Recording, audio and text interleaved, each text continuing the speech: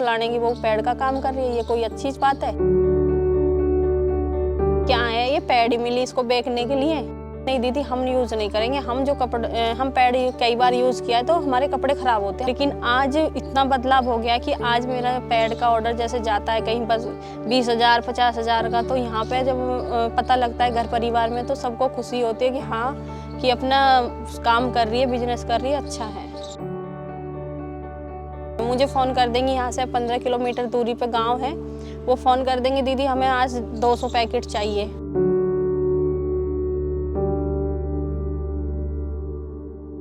ये सिर्फ एक कहानी नहीं, बदलाव की बयार है, उस सोच के खिलाफ जो कहती है औरत सिर्फ चौखट तक। ये हकीकत है उस हिम्मत की जिसने सदियों पुरानी बेड़ियों को तोड़ने की ठानी। ये कहानी है सरस्वती की, जिसने ठान लिया कि बदलाव आएगा और इसकी शुरुआत वो खुद करेंगी। गांव में आज भी माहवारी यानी पीरियड्स पर कोई खुलकर बात नहीं करता। सैनिटरी पैड्स खरीदना तो दूर, इस पर कोई चर्चा भी नहीं करता। आज भी हजारों महिलाएं माहवारी के दौरान गंदा कपड़ा इस्तेमाल करने से उनकी जान चली जाती है। एक पुरुष होने के नाते इस विषय पे चर्चा करना तो हमें सिखाया ही नहीं गया। लेकिन क्या ये सिर्फ महिलाओं की जिम्मेदारी है, हम पुरुषों की जिम्मेदारी नहीं है? क्या अगर हमारी बहन बेटियां स्वस्थ ना रहें तो हमारा भी उतना ही कर्तव्य बनता है। लेकिन आज जिस कहानी को मैं लेकर आया हूं, इसी विषय पे चुप्पी तोड़ी है आज की इस महिला ने। सरस्वती एक ऐसी लड़की जिसके सपनों की उड़ान को हालात ने जकड़ लिया, जहां बेटियों के लिए शिक्षा नहीं, सिर्फ घर के काम और परंपराएं मायने रखती थी। वहीं सरस्वती ने सपनों की एक लौ अपने भीतर जला रखी थी। सिर्फ 10वीं तक पढ़ाई की इजाजत मिली, पढ़ाई छूट गई और सपनों पर ताले जड़ दिए गए। नाम सरस्वती भाटी है और मैं गांव बड़पुरा में रहती हूँ।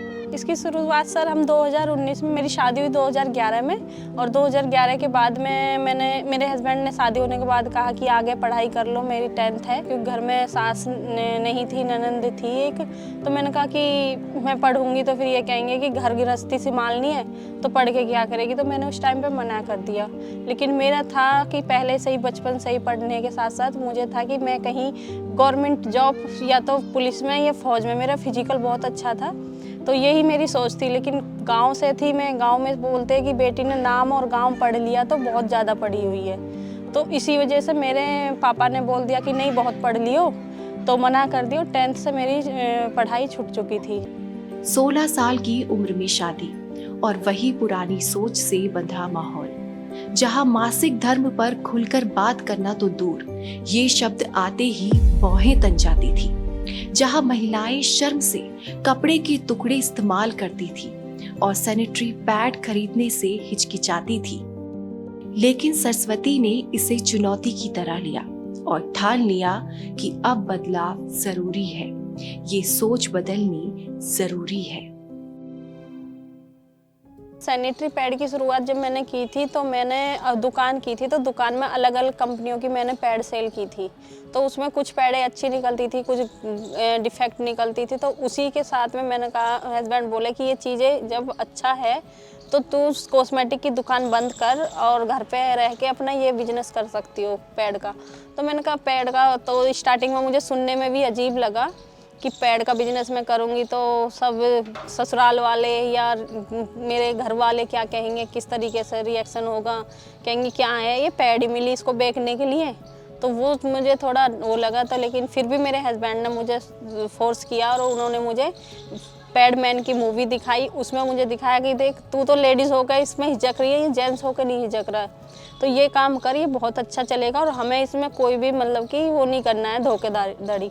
हमें जो माल देना वो चाहे हमारा 2 रुपये महंगा होगा, लेकिन हमें वो देना है फ्रेश, कि महिलाएं फील्ड बैग जो आएगा वो सबसे अच्छा है और उसी तरीके से हमारे कस्टमर बनेंगे। हस्बैंड ने जब मुझे समझाया तो मैंने कहा जब इतना कह रहे हैं और आसपास में कोई ये काम कर नहीं रहा है, तो मैंने फिर अपने समूह से 50,000 रुपये लिए 50,000 रुपये लेने के बाद में हम लोग घूमे अलग अलग जगह, दिल्ली, गाजियाबाद, नवेड़ा। तो हमने पूछा कि ये कच्चा माल कहाँ मिलेगा, कहाँ बनवाना पड़ेगा, वो सारी चीज़ें। तो कई जगह हम गए, कहीं पे तो बोल रहे थे कि 1.5 रुपये की पैड बना के हम आपको दे देंगे, लेकिन वो क्वालिटी नहीं थी जो हमें चाहिए। फिर हम एक जगह गए, वो बोले कि हम 2 रुपये में दे देंगे। तो वो सारी चीज़ें देखने के बाद में फिर हमें नवेड़ा में हमारी एक फैक्ट्री है, वहाँ पे उनसे बात करी और फिर उन्होंने ही हमें कच्चे माल वाले से मिलवाया और वहाँ से हम बनवा के और फिर अपने यहाँ पे ला के सेल करते हैं। कि पैड बेकरी है, कोई गांव में किसी जेंट्स को पता लगेगा तो पैड बेकरी, बताओ फलाने की वो पैड का काम कर रही है, ये कोई अच्छी बात है? ये तो बेकार है ये। फिर दूसरा कि स्टोरों पे मैं गई, वहाँ मुझे एक हिचक सी हुई कि ये जेंट्स है, इससे मैं कैसे बात करूँगी, किस तरीके से मैं इन्हें बताऊँगी कि भाई मैं पैड बना रही हूँ, आप ख़रीद लीजिए या जैसे भी। तो मुझे बहुत स्टार्टिंग में बहुत ही मुश्किल हुई थी, लेकिन उसमें हर कदम पे मेरे हस्बैंड मेरे साथ खड़े रहे। जेंट्स से बात करना, उसके बारे में उसकी क्या वो क्वालिटी है, वो सारी चीज़ें वो मुझे बोलते थे कि अब आप बताओ, फिर हम बात कर देते। तो अब NGO है अलग अलग, वहाँ पे भी हमारे ऑर्डर बहुत अच्छे से जा रहे हैं। हमारे यहाँ दादरी में अंबुजा फाउंडेशन है, एक HCL है और सरकारी हॉस्पिटलों में भी नर्सों से उनसे कांटेक्ट है, सरकारी स्कूल के जो टीचर हैं उनसे भी कांटेक्ट हुआ है। तो अब कुल मिला के हमारा काम अच्छा चल रहा है। जहां आज भी लोग इन मुद्दों पर बात करने से कतराते हैं, वहीं सरस्वती ने बेझिझक आगे बढ़कर गांव की महिलाओं को सैनिटरी पैड्स अपनाने और इसके व्यवसाय से जुड़ने के लिए प्रेरित किया, चुप्पी तोड़ी और बदलाव की नींव रख दी। जानकारी देना ही काफी नहीं था, उन्होंने हाथ थामा, हौसला दिया और रोजगार की नई राह खोल दी। अपनी महिलाओं के हमारी एक मीटिंग होती है क्लस्टर लेवल पे, उसमें हमारे 8 गांव की महिलाएं आती हैं। हम एक दूसरे की कोई भी समस्या होती है उस पर हम लोग चर्चा करते हैं। तो ऐसे ही हम लोग बैठे थे, मीटिंग कर रहे थे। मैंने अपना पैड का प्रोडक्ट दिखाया उन्हें और मैंने उनसे कहा कि ये यूज़ करो, आज के बाद जो भी मेरी समूह की दीदियाँ होंगी वो मेरी पैड यूज़ करेंगी, फीडबैक मुझे देंगी, या आप अभी स्टार्टिंग में सस्ता लीजिए लेकिन यूज़ करने के बाद मुझे फीडबैक दीजिए। तो उन्होंने कहा कि नहीं दीदी, हम यूज़ नहीं करेंगे, हम पैड कई बार यूज़ किया है तो हमारे कपड़े ख़राब होते हैं, हम नहीं यूज़ करेंगे। मैंने कहा आपने अब तक और ही पैड यूज़ करिए, लेकिन एक बार जो मैं बना रही हूँ ये यूज़ कीजिए। उन्होंने यूज़ किया मेरे कहने से, और जब उन्होंने मुझे बताया, फीडबैक दिया, तो उस महिला ने मेरे से 50 पैकेट एक्स्ट्रा में ख़रीदे कि दीदी आपका जो पैड है ये बहुत ही ज़्यादा अच्छा है क्वालिटी में भी, और वैसे भी मैं कभी सोचा नहीं था कि मैं पैड यूज़ कर पाऊँगी, क्योंकि मैं कपड़ा ही यूज़ करती थी। फिर मैंने उसे समझाया कि कपड़े से दिक्कत होती है, बीमारी भी बनती है, तो वो सारी चीज़ें बोली दीदी वो तो मुझे हर महीने फेस करनी पड़ती थी, लेकिन जब से आपने मुझे पैड के बारे में, आपकी पैड का मुझे रिजल्ट बहुत अच्छा लगा। तो वो फिर उन्होंने औरों को भी फिर ये चीज़ें बताई कि आपको पैड यूज़ करनी है तो आप कनिष्का सैनिटरी पैड यूज़ करो, बहुत अच्छा रिजल्ट है इसका। सोच में बहुत बदलाव आया, क्योंकि स्टार्टिंग में तो कहते थे कि अरे ये ही जाएगी पैड बेचने, क्या कोई अच्छी बात है, ये घर परिवार में भी ये चीज़ें हुई। लेकिन आज इतना बदलाव हो गया कि आज मेरा पैड का ऑर्डर जैसे जाता है कहीं पर 20,000 50,000 का, तो यहाँ पे जब पता लगता है घर परिवार में तो सबको खुशी होती है कि हाँ, कि अपना काम कर रही है, बिजनेस कर रही है, अच्छा है। सर मेरे गांव में 19 समूह बने हुए हैं। मेरा समूह है सूर्य उदय समूह, तो उसमें 10 महिलाएं हैं, वो लोग रहते हैं। यदि हमारा जो ऑर्डर ज़्यादा आ जाता है तो उन महिलाओं को भी हम अलग अलग समूह से भी महिलाओं को बुलाते हैं। 15-20 गांव हैं हमारे जो अपना एक दूसरे की कॉस्मेटिक की, पार्लर की दुकानें हैं, उनसे भी मैंने, क्योंकि जो दुकानें खुलती हैं हमारी तो वो सभी महिलाएं एक दूसरे कांटेक्ट में रहती है, तो वो ये कहती है कि हमें पैड सरस्वती दीदी से ही खरीदनी, क्योंकि पहचान, एक दूसरे से मिलना जुलने का जो मेरा व्यवहार देख के कैसे भी, लेकिन वो लोग मेरी बात मानते भी हैं और ख़रीदते भी हैं। मुझे फ़ोन कर देंगी, यहाँ से 15 किलोमीटर दूरी पे गांव है, वो फ़ोन कर देंगे दीदी हमें आज 200 पैकेट चाहिए, तो मैं वो पैकेट पैक करके यहाँ पे महिला से करा के और मैं अपने हस्बैंड के साथ दे के आती हूँ। सर महीने में मेरा 30 से 40 हज़ार रुपये का पैड चला जाता है, क्योंकि मेरा अभी बनारस भी, आगरा, पंजाब, संभल, सोनभद्र, इन जगहों पे भी जाता है सर।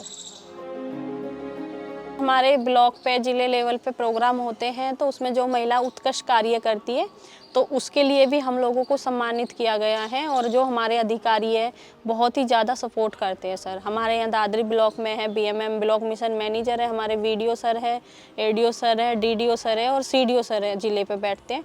तो वो लोग हमें बहुत सपोर्ट करते हैं, हमें कैसे पैकेजिंग करनी है, किस तरीके से हमें काम करना है, वो सारी चीज़ें समझाते हैं। कोई प्रॉब्लम आती है उसके लिए भी हमें सपोर्ट करते हैं। हर सुबह घर की जिम्मेदारियां, बच्चों को स्कूल के लिए तैयार करना और फिर अपने व्यवसाय को संभालना सरस्वती के लिए हर दिन एक नई जंग थी, लेकिन उन्होंने हार मानना सीखा ही नहीं। मेरे 3 बच्चे हैं, तीनों बच्चे मेरे स्कूल जाते हैं और मेरे ससुर है और हस्बैंड है और मैं, हम लोग 6 मेंबर हैं। ननंद है, ननंद की शादी कर दी है।